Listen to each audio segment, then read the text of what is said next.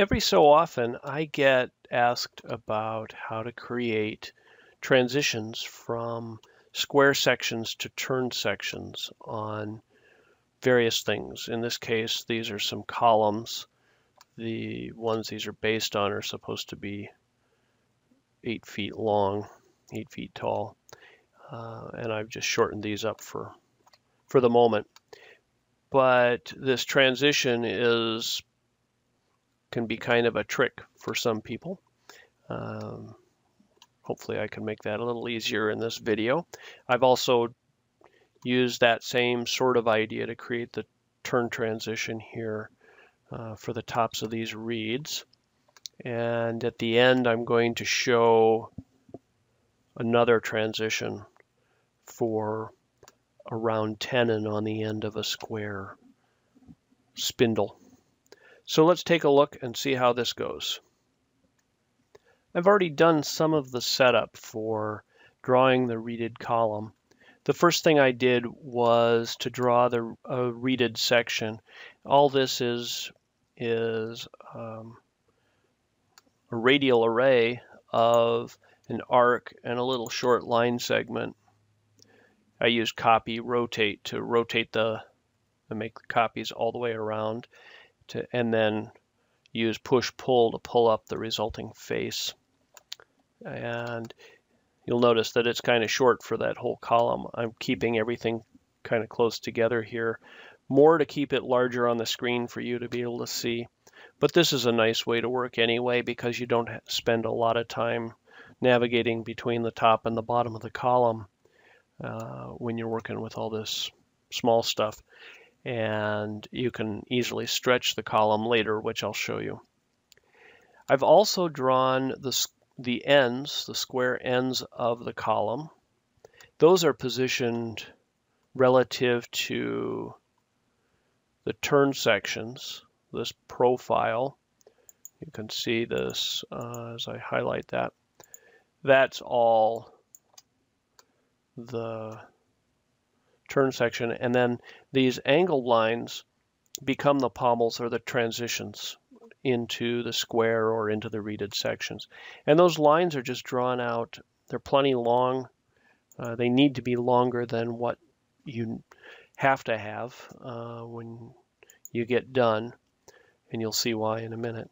But what I'll do is I'll just finish these up by drawing. I'm going to reverse that just to make it a little easier to see it for the moment. So there's the bottom turning and the top one. We'll just kind of come over here. I'm holding the shift key while I run a lot of these lines so that I can lock the direction and use some other point as a reference. Okay, so I've got a circle here for a profile or for the path, and then these are my profiles for the turning. Before I turn this, I'm going to actually put in another guideline right on the blue axis, and then I'm just going to select everything here. I used a right to left selection so I'd get the guidelines as well as all that geometry. And I'm going to go ahead and make that a component, and I'm going to leverage one of the benefits of using components, and that is that I can make a copy and scale that copy up and work on that, knowing that the original one will get the same treatment. There's the potential to create some little tiny gaps. They should be faces, but SketchUp doesn't do those little tiny faces that are, in the neighborhood of about 1/1000th of an inch on an edge. And there's a potential to create some of those, so I'm going to avoid that, kind of be proactive about avoiding that. So I'll select my path. By the way, I used 48 segments for this circle, so I'm going to get a little smoother looking turnings than it would if you use the default 24 segments. And a keyboard shortcut for follow me. That's set to F, and then we wait for a moment and let it process. And I don't need the top and bottom faces of the turning, so I'm just going to go ahead and delete those right away. We'll select that path again, the follow me tool, and again I'm going to delete the top and bottom faces. Okay, so now let's create the pommel for the top. And the way I'm going to do that is I'm going to get the push-pull tool, and I'm going to pull that or extrude that down through the cone-shaped thing, that pommel section. And it really doesn't matter how far down we go here. Let's go down plenty far. It makes it easier to get at the edges to delete them when we're ready to do that. And I'm going to delete the bottom face here because I don't need that. Actually, I don't even want it because if I do an intersection, I run the risk of getting that face to intersect with my turning, and I don't want that to happen. So I'll just delete it and head that possible problem off. And so I've selected the cone area, and I'm just drag a right to left selection box around this top section of the column. And then I'll just right click and choose intersect faces with selection. And when the intersection is created, I get a black edge here. So what I can do is delete, select and delete that section, outer part of the cone. I'm going to double click on the circle up here because it's all exploded line segments that just look like a circle, and we'll delete that. We can use the eraser tool for these edges. So we'll just click and hold and run the tool over the edges we don't need, and there you see we've got the top pommel. All right, I'm going to repeat that down here at the bottom, and we'll have that section done. So again, we just pull this up. It doesn't matter too much where we go there, just get it up through the cone. Select the cone and the rectangular section, right click, choose intersect faces with selection. When the selection is completed, you get those edges, and we can delete what isn't needed.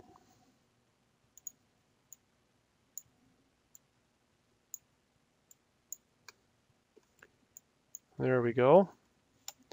All right, so that's the top and the bottom of our column completed. Now we have to get the reeded section in there. This one will be a little bit more of a challenge to get intersected, but it's not, or get cleaned up actually, but it's not too bad. We'll just, I've got some little crosshairs there, although I don't have them selected, so they're not going to come with the reeded section.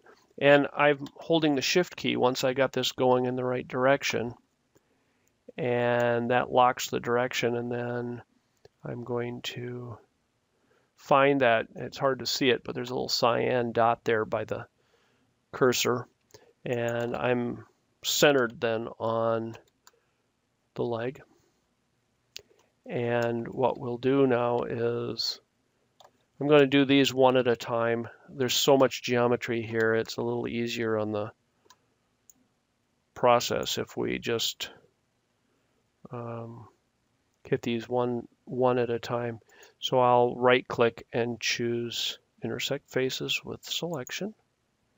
And when the selection is done, actually I'm going to undo that because I want to delete that face there to make sure I don't have an intersection there. I'm going to repeat the process of just deleting that now to get that away from there.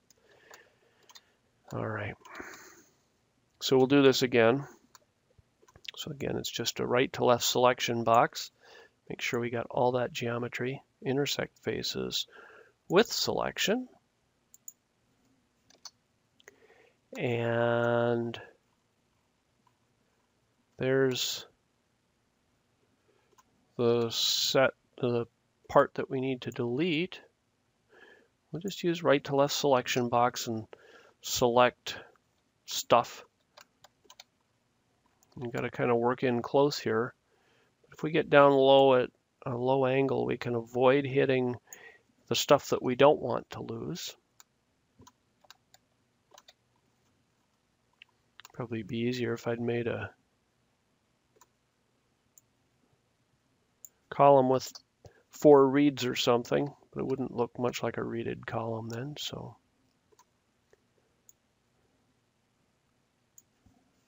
most of this stuff isn't all that difficult if you keep it, keep things going in the right order. The trick, I think, is to figure out what the right order is.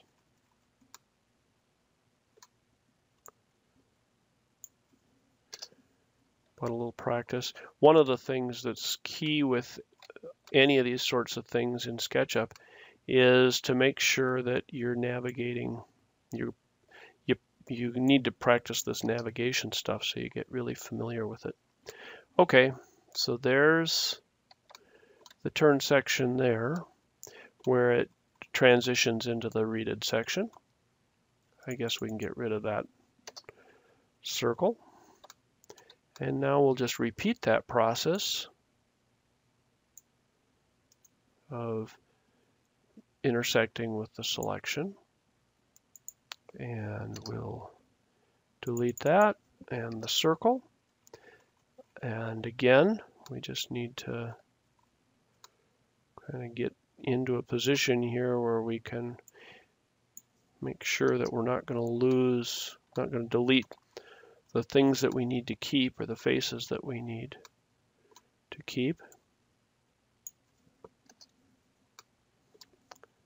And we'll just kind of go back here.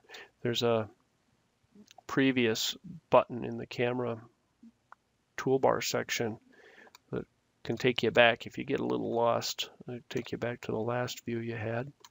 Or you could use zoom extents. That's very handy to keep available. And this right to left selection box sure makes it a lot easier to select the things that you want to get rid of in a case like this.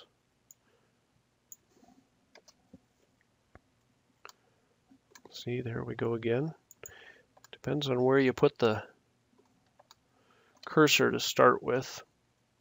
Keep it on the geometry and you have a little better time of it. When I'm working off kind of the side here and not very much geometry off to the left of center, that makes it a little harder. All right, so we'll do a zoom extents, and now you can see it looks a little bit more like a column already. We can delete the path. We'll get rid of our guideline. All right, now if you remember, this one is kind of huge. It's 1,000 times bigger than it's supposed to be. And so I'll just delete that and I'm going to hit zoom extents. And here's my original one. Now the original column, or the column I'm supposed to be replicating here, is 96 inches tall. So what I'm going to do is I'm just going to, in fact, to make this easy, I'm going to just set a couple of crossing guidelines. So I've got an intersection there. And then to make this column the right height, it might seem logical to use the scale tool, but actually what we want is the move tool. Actually, let me show you. If we use the scale tool, We'll select all of that stuff and get the scale tool. If I scale this up, I'm not only stretching actually let's do this. I'll scale it up by a factor of 10. I think. It's processing.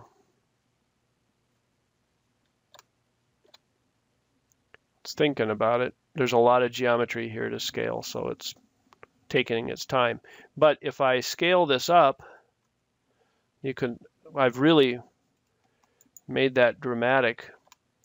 You can see that I've stretched everything, which I didn't want to do. So I'm going to undo that scale thing, and I'm going to drag a right to left selection box around. Actually, let's use a left to right, because all I want to get is the top of this, and I want to make sure I get the top of the fluted section. And I'm going to get the move tool, and I'm going to make sure I'm just on one of these corners. It doesn't matter which one, but I'll click there, and then I can zoom back here a little bit.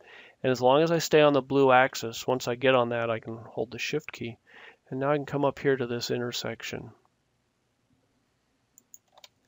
And there I've got a 96-inch tall reeded column component, which doesn't look so good when you're at a distance from it here, but that's that whole column in a nutshell. Now here's an example of putting a round tenon on the end of a square spindle. You might use this on a chair, for example. So I've got the square spindle, and what I'm going to do is I'm going to add a 1-inch long tenon. And so this time I'm just going to leave the circle at 24 sides, the default setting. And I've got some guidelines here. I'm going to just make the circle up here at the top. Actually, the circle isn't, the radius of this circle isn't critical at all. But what I want to do is set out guidelines, because I'm going to need to make a follow me section here. And I'm going to make I've made this spindle so it's 3/4 of an inch square, so I'm going to put a 5/8 diameter tenon on it. And I'm going to, we need a straight section on that, so I'm going to draw a line down here, 3/4 of an inch. And actually, let's do this. Make this a little bit easier to see what I'm doing. I'm just going to draw a large rectangular face, I think.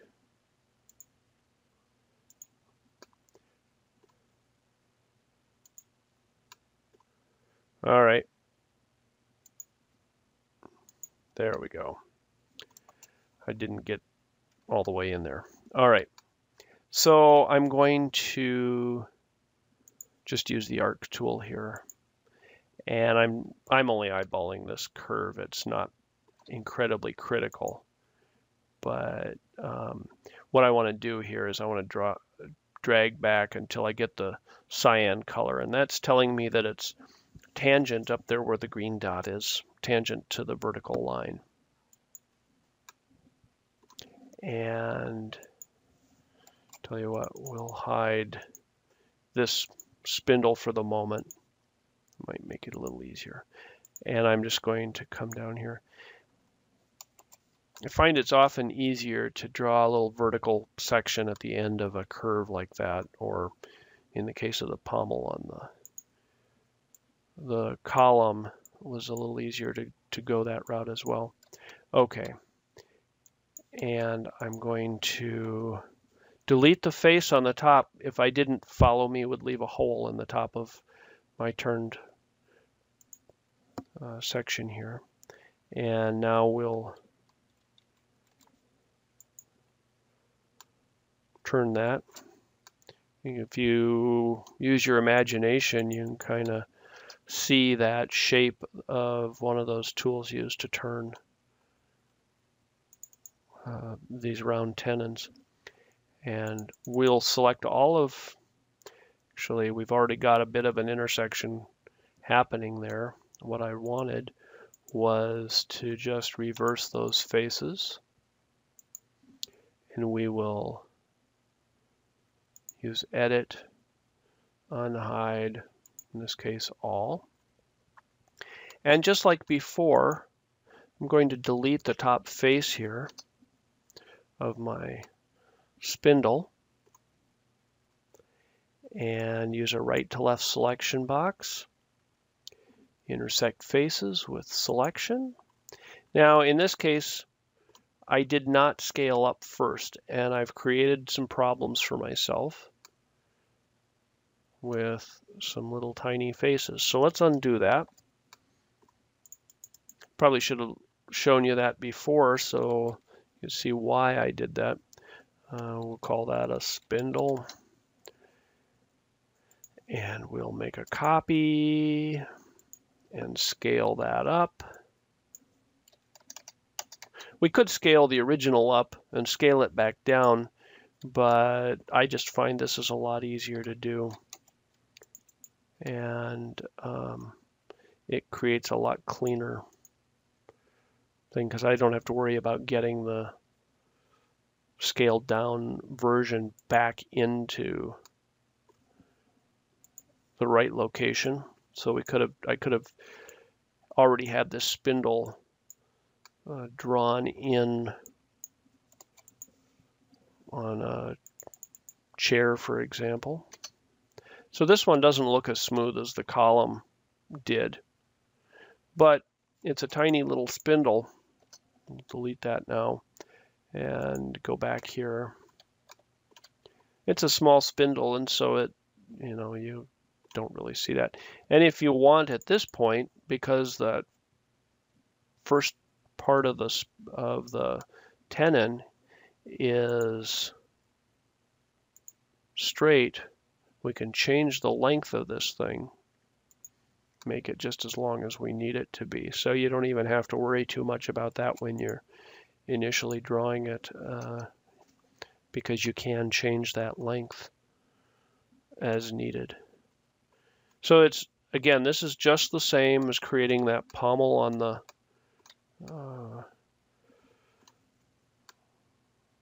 column or on a turntable leg. It's just the initial curve is a little bit different in shape. But we're doing the exact same thing. Hopefully that gives you some ideas.